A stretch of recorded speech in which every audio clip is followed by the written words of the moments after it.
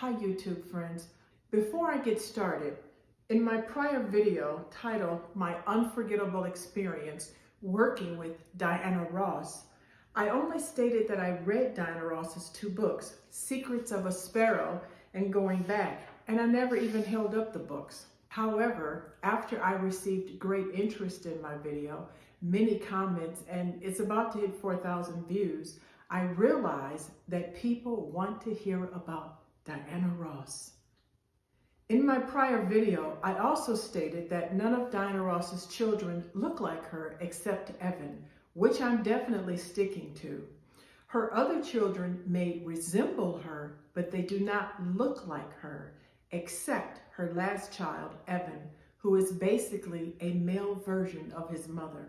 The difference between resemblance to someone and looking like someone lies in the degree and nature of similarity between the two individual appearances. Resemblance is when someone has physical characteristics or features, but the resemblance may not be strong or immediate. It implies only a similarity in certain aspects of appearance.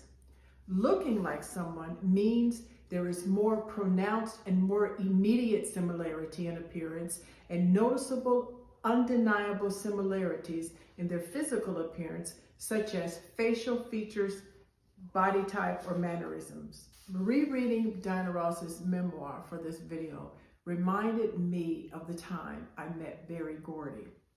Can you imagine standing in someone's kitchen with just one other person, and in walks Berry Gordy through the back door? Well, okay, it was a kitchen off of my then friend's tennis court in his Bel Air mansion. Many megastars, even Cher, lived in Bel Air. The move is Beverly Hills, Bel Air, and Malibu, if you can afford at least a $25 million home. Meeting Berry Gordy was one of the biggest surprises in my life. Before I could get a grip, my friend said, "Berry, this is Dawn. Dawn, this is Berry." And all I could think of was, damn, I need a demo tape. Berry Gordy smiled a lot. I told him I was born in Detroit, Michigan, and he only asked me how long I'd been in California. I was only 20 or 21 years old and in college, and it was the only time in my life I've ever seen Berry Gordy, and I haven't seen him since. It's been a long time since I read Diana Ross's books, but I love to read, so I had to reread Diana Ross's books for the series here. I love to read. I've always loved to read. Here's a certificate from one of the nuns when I was in first grade in Catholic school, and she gave it to me because I read 20 books in the first grade. Now, on with this video. Step into the world of Diana Ross with her own words brought to life through her memoir, Secrets of a Sparrow. Discover intimate details of her life, career, and thoughts of the iconic legend in her own words through my narration of her memoir. You will hear intimate stories and reflections from the legendary singer herself, revealing her personal experiences that shaped the essence of Diana Ross's inspiring life. If you love my video, My Unforgettable Experience Working with Diana Ross, you won't want to miss this series that will offer a rare and insightful journey into the heart and mind of the iconic Diana Ross. Perfect for fans or anyone curious about the woman behind the music. Now, I've never been a Diana Ross fan, but again, I love to read. Now, if 25 or more people want to know the only two people in my life I have been a fan of, then comment below this video, I want to know. I will also be giving away my only copy of Secrets of a Sparrow. So at the end of this series, I will reveal how you can win it. Now it's time for you to pause this video. Go get some popcorn, something to drink, because when you come back, after you've paused the video, you're in for a treat. Yes, I had to get glammed up for the queen. Ha ha! Okay, so here's the book. Here's my book. And that's the back cover. My little bookmark. And it's a hardcover book. So it's her signature on the front. Yes, I'm an author myself. So what I want to say is I won't be going by title numbers because she doesn't give her chapters title numbers.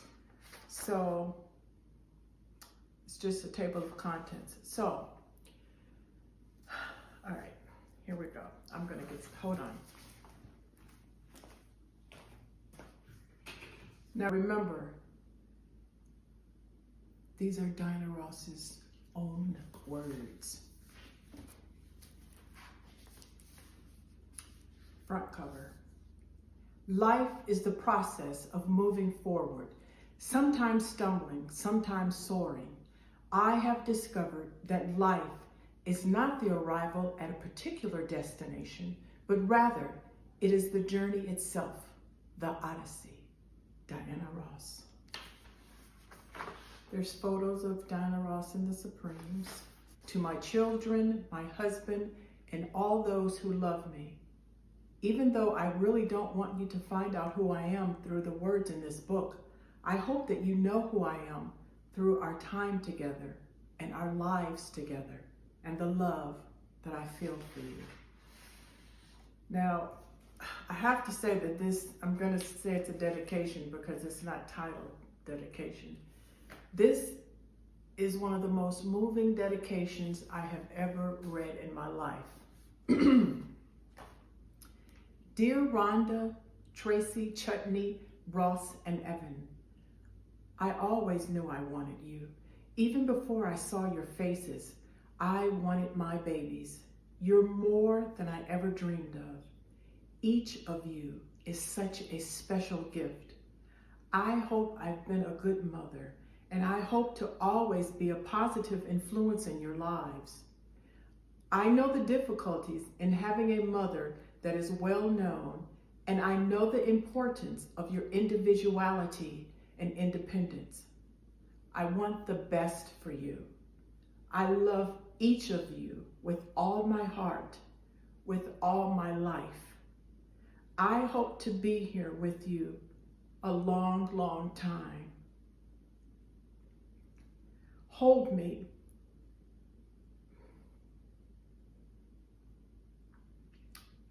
As I hold you, as precious. My heart is yours, Mom. This is just, okay, I'm gonna go ahead. This is from her chapter titled, Caught in the Act. It is I, the Diana of my youth, second in a line in a family of 6 bursting kids. Looking back, I don't remember much of the hard times, and I really enjoyed my childhood. I was a happy child. I could really run fast. I loved to swim. I remember Mama would come to watch me swim. I wanted my parents to like me as much as they liked her, meaning her sister Barbara.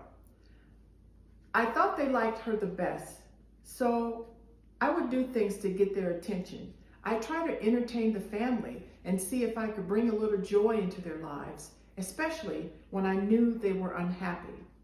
I would try to do everything the best, better than Bobby, so Mama and Daddy could see me.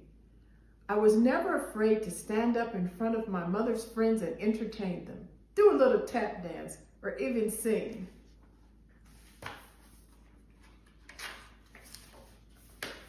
We were a handful for Mama, but we knew that she loved us completely. We knew that. Mama is gone now. She died October 9th, 1984.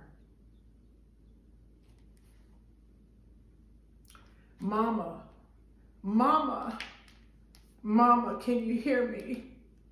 Mama, I miss you. So, I have to say that, well,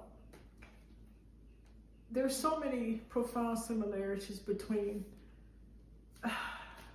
Diana Ross and myself. But anyway, I'm not going to go into that. So that's why I get emotional sometimes about this. For 2 long years, Mama suffered terribly. It seemed unfair that she should have left this life in such pain. She was kind, loving, and giving. She had been bothered by something in her chest for some time, but she had kept it to herself. That was Mama's way. She didn't want to trouble anyone. We took her to the doctor as soon as we knew, but it had gone too far. It was breast cancer. She had a mastectomy and then chemotherapy.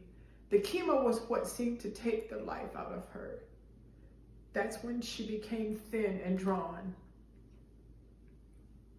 During the last months of my mother's life, I was booked into the Radio City Music Hall, one of the most demanding jobs I have ever done. She became weaker with each day, and I began flying back and forth, completely torn between my career commitments and my mother, whom I loved more than anyone else. My life had become a nightmare. I wasn't completely present for my work or for my mother. In the last days of my mother's life, she did not want to lie down. She wanted to walk around, to take tiny steps, to rock herself gently. I showed the nurses how to support her. I finally got my dear, loving housekeeper, Geneva, to go there to be with her. I trusted Geneva. She really took care of my mother in those last days, those last hours. Mama had tried to protect me from pain all my life, and now that she was suffering, I felt so helpless. I would hold her as much as she would let me. That was my way of letting her know how much I loved her. I was in a race against time. I would close the show in New York, jump on a plane, fly to Detroit, stay with Mama all day, jump back on a plane, and open shows the next night. It was so very hard, the pressure, the exhaustion, the responsibility. At Radio City, I was in such grief and was so distracted. The audience can never know what is happening in a performer's life, and I was not open to talking about my pain. It was private. Mama was the foremost in my mind. I tried to hold back my tears. I tried to be strong for her and the rest of the family. It was a tremendous strain. In hindsight, I wish I had canceled those shows and have been completely there for my mother, even though there were lots of caregivers like Aunt B and her sisters. I would have been happier today if I had been there all the time. When things are actually happening, it isn't always easy to know what's right. I can count on my fingers the number of times I have canceled engagements or shows. Even though I am facing a great personal tragedy, I refuse to back out of an engagement. It has always been important for me to keep my word. If I say I'm going to do something or be somewhere, you can count on it. Integrity and honesty form the bookends of my life. Trying to do the right thing for everybody else and losing sight of my own needs is part of my problem in life. I was about 5 steps away from my mother when she passed. Where does life go? So vibrant and full in one moment, and in the next moment, gone forever. I know she is here with me, and I am with her. I wish she had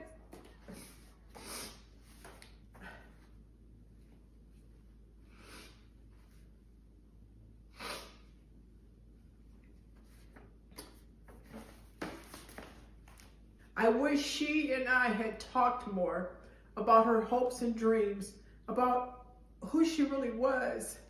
And at first, I felt strangely angry when my mom died. She had worked so hard for us, giving up her dreams for her 6 children. The space my mother occupied in my heart and in my life is empty now. I feel the loss, the ache. Through that loss, I am reminded of the importance of health, a secure financial future, spending time with family and those you love, friends, people, teaching our babies. Did she give up? Did she just get so tired? She didn't want to fight anymore? Mama, I miss you. I wish you could see my kids. Rhonda's graduating from college. Tracy wants to be in fashion. Wonder where she got that. Chutney's going to college. And my boys, Mama, I finally got my boys. I didn't think it would happen. And I'm happy as I can be. As happy as I know how to be. In the pursuit of happiness. But I'm closer than I ever was, I think.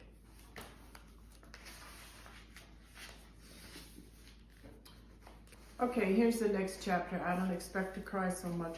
By the way, my mother also had 6 children and raised them all in Detroit, Michigan. Okay, this next chapter is called A Quiet Force.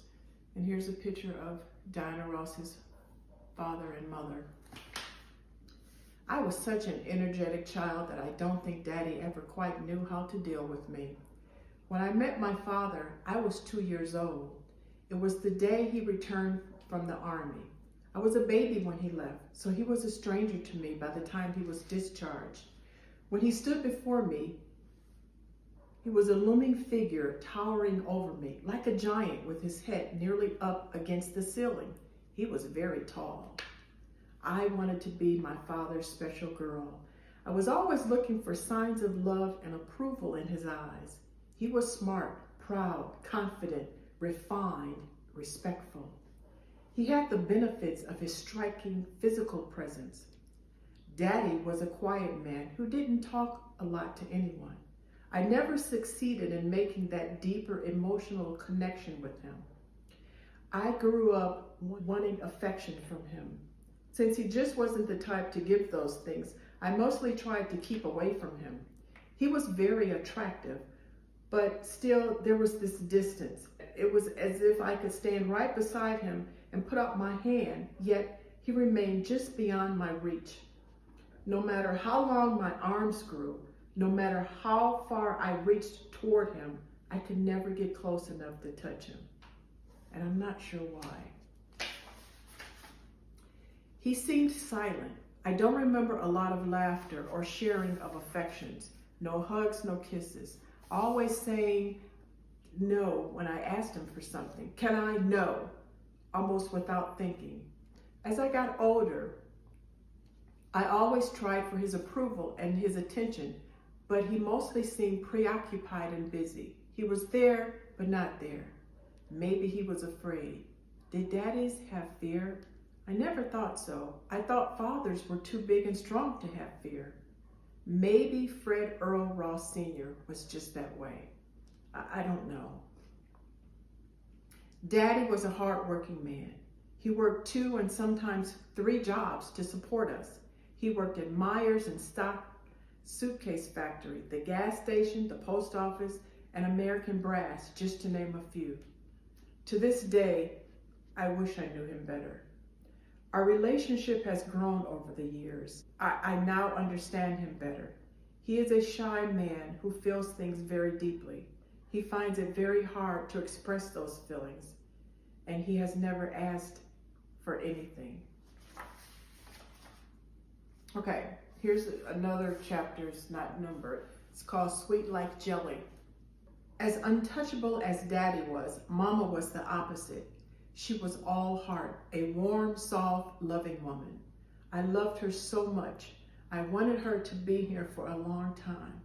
to watch me blossom, to know my joys and my sorrows, to share my successes with me, to see me as an adult, to watch my girls grow up, and to play with my baby boys. That didn't happen. I think of her every day. She lives inside of me as a warm, sweet longing. I remember her beauty, her zest for life. Her love lies at the foundation of my life. Her goodness almost defies description, as bright as the sunlight that poured through her yellow kitchen windows. Her love gave me strength. I remember the day Mama, Aunt B, and some neighbors were making jelly. Aunt B was Mama's sister, and she was like a second mother to us. Mama was the youngest of 12 kids, and Aunt B was right in front of her. Mama seemed to be sick a lot. I didn't know it then that she had TB, but whenever she went to the hospital, which happened often, Aunt B took over and cared for us. We even went to the South once to stay with Mama's other sisters, Aunt Willie, when Mama was hospitalized. Okay, so here's a picture of Diana Ross, and that's her sister Barbara, but the other one, maybe they're just friends. And it's called 5736 St. Antoine, which is a street in Detroit that was not far from where I grew up, like maybe 15 or 20 minutes. My neighborhood, or shall I say my world, was 2 blocks long. A playground, backyard, porches, fences, alleys. I don't remember trees.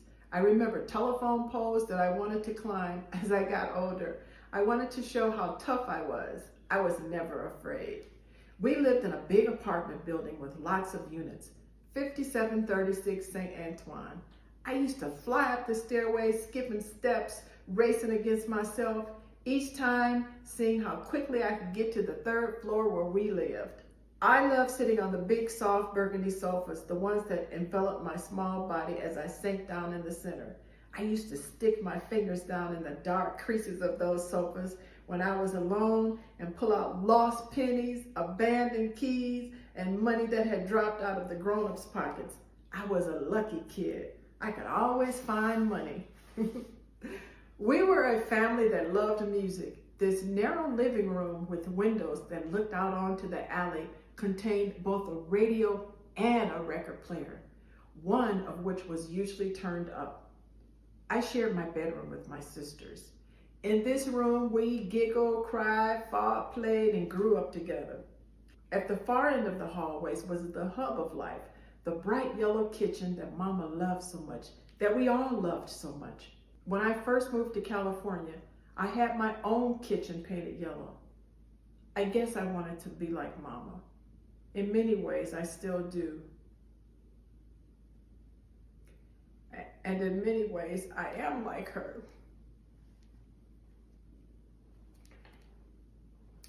We lived for the summers when we could be outdoors. When the days were long and even after dinner, we could play outside as long as there was light to see each other. We had great games. We laughed hard and we played hard. We were always outside. The sound of silence. I liked riding my bike to Belle Isle all by myself, just gliding down the streets full of mischief, feeling free. My 2-wheel bike offered a freedom only the wind knew. All in all, I had a great childhood. I loved being alone, somewhere searching the sidewalks for lost change. There's a dime, there's a nickel. It must be my lucky day. I was always lucky and I knew it. The streets and alleys were fascinating places to explore, not dangerous as they are today.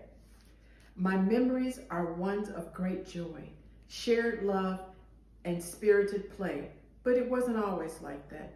There was some fighting too. Here's another chapter I'll be reading excerpts from. It's called Just Let Your Old Curtains Burn Up. And there's Diana Ross's family. That's Diana Ross in the black sweater. Okay, so Aunt B, just like Mama, was always there for us. She couldn't have been more devoted if we had been her own children. As far as I can remember, Aunt B lived with us, or at least nearby. She was our second mom. She had a boyfriend for a long time named Underwood, but she never married him, and she never had any children of her own. It seemed that she basically gave up her life to take care of us, her sister's children. She died 1 year after Mama did. I missed them both terribly. They spent so much time in Mama's kitchen, cooking and bickering and being family. Mama always kept our small space immaculate. Cleanliness was important, protecting ourselves from the bugs and the rats. Most of the time, Mama and I were very close. I always wanted to be a good girl. I think I was. I wanted Mama to be proud of me. I wanted to be her best helper. I think I was. Of course, to hear Bobby tell it, that's her, Diana Ross's big sister, I didn't help out at all, but she was wrong. I didn't mind helping in any way I could. Doing chores was a way to get Mama's approval, so I cleaned the chitlins for dinner, and I ironed the sheets. There were no permanent sheets in those days, and I didn't really like ironing, but I did it for Mama. I gave the job life and threw myself into it. I made the whole thing into a dance sing-along. Fold it first, hit it, do the top, hit it, turn it over, hit it, do the back, hit it, the heat pass through, then start again. I danced my way through it, no wasted movements. I loved it when my Mama smiled. It always made me smile too. She made me feel loved and secure. Of course, there were many things that, as a child, were hard for me to understand. But I know that with my childlike innocence, the world was beautiful, and I liked being there. Here's a photograph of Diana Ross holding a baton, but I don't know if she was a majorette, but coincidentally, I was a majorette for 4 years in high school. And this chapter is called Big Screen Magic. Mama used to do odd jobs to help support the family. On Saturday mornings, she worked at a movie house. It was called the Regent, and I remember the Regent. We kids took turns accompanying Mama there. Mom and I would get up early in the morning before the rest of the world stirred and walk along to get there. It was the most magical place in the world. When we got there, the theater was empty. It was scary when we stepped inside the darkened theater. I would walk down the aisle and choose any seat I wanted. Mama would bend over and disappear behind this big blaring machine they called a blower. Starting at the back of the theater, she would reach the arm of that angry contraption under each of the seats and blow out all the trash. She worked fast and hard, making her way up and down every row, never missing a plastic cup or piece of trash. Then she collected all that stuff into a huge pile and put it outside in the monstrous dumpsters. As soon as the picture was projected on the screen, I was in the movie, inside the story, up on the big screen. Magic. I liked them all.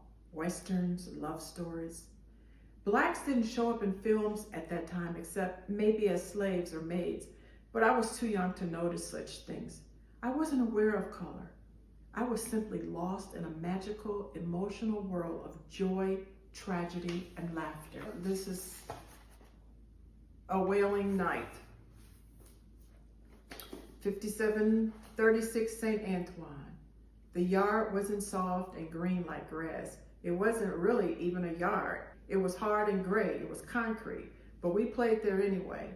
I went back to the building site after it was torn down and collected some of the bricks just to remember. Whenever I think about the stoop out in front of our building, I am haunted by the vision of one of our neighbors, a poor woman, a mother, who sat there all night wailing. I can still hear the sounds she made, the sobbing and screaming all through the night.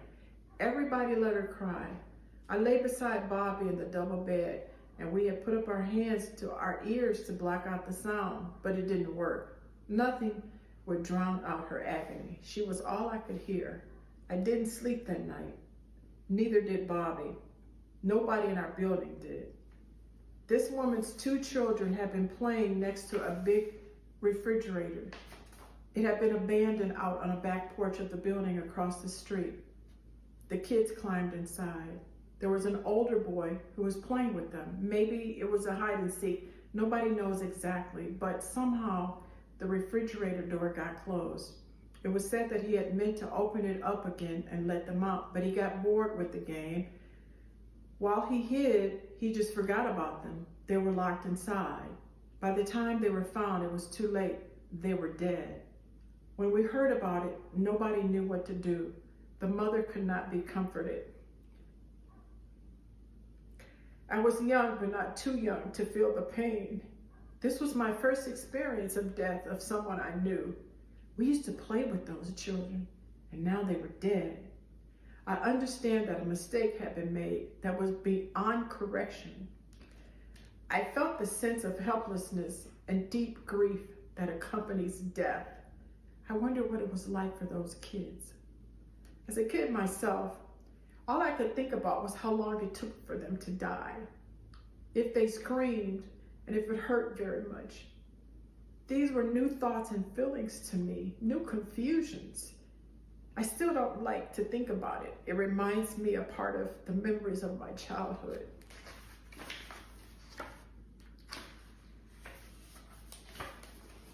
Fighting back. I was a tough kid, a tomboy. Don't fight, Mama would tell me. When bad things happen, just walk away. Stay away from troublemakers. I did as she said. I wanted to do what Mama said and be a good girl. One day, when I was 8 years old, I came home from school in tears. My face was red and I was terribly beat up. I finally told Mama that a kid had slapped me in my face. At her past advice, I had walked away. She stroked my burning cheek. What did they call you? She wanted to know. They called me nigger, Mama. Mama's face went cold. She was really mad. Don't you ever let anybody hit you in your face and call you a nigger. Yes, you hear me. I need for you to fight. Fight for all you've got. You know I have never told you to fight before. But I want you to fight for your dear life. Never let anyone make you feel bad about who you are. I was puzzled by her words. Did she really mean what she was saying? Or was I misunderstanding her? She went on as if she could read my mind. Oh yes, you're hearing me right. And I don't mean just fight either. You better win.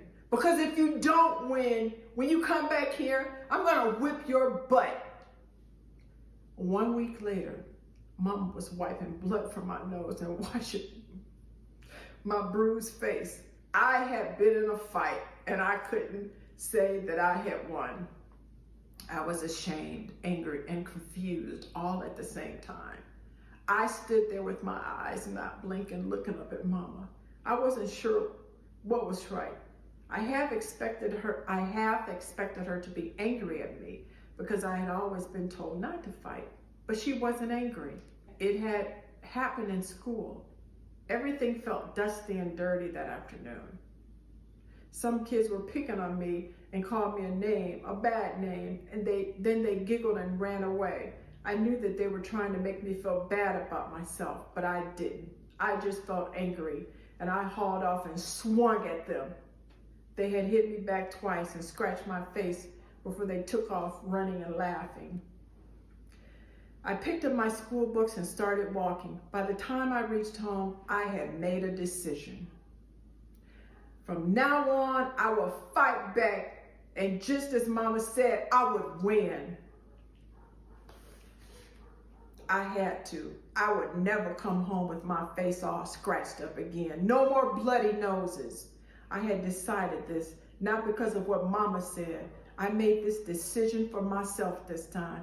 I was never gonna let anybody put me down again. It was important for me to be strong and to fight back. That was a turning point. I may have been skinny, but I was tough, wiry, fast, and strong. One day, I hit Bobby hard, and then she hit me back. I have no recollection of what set us off, It could have been just about anything, but I was better at fighting than she was. I certainly had more practice. I made her so angry that day that she ended up throwing Ajax cleanser in my face.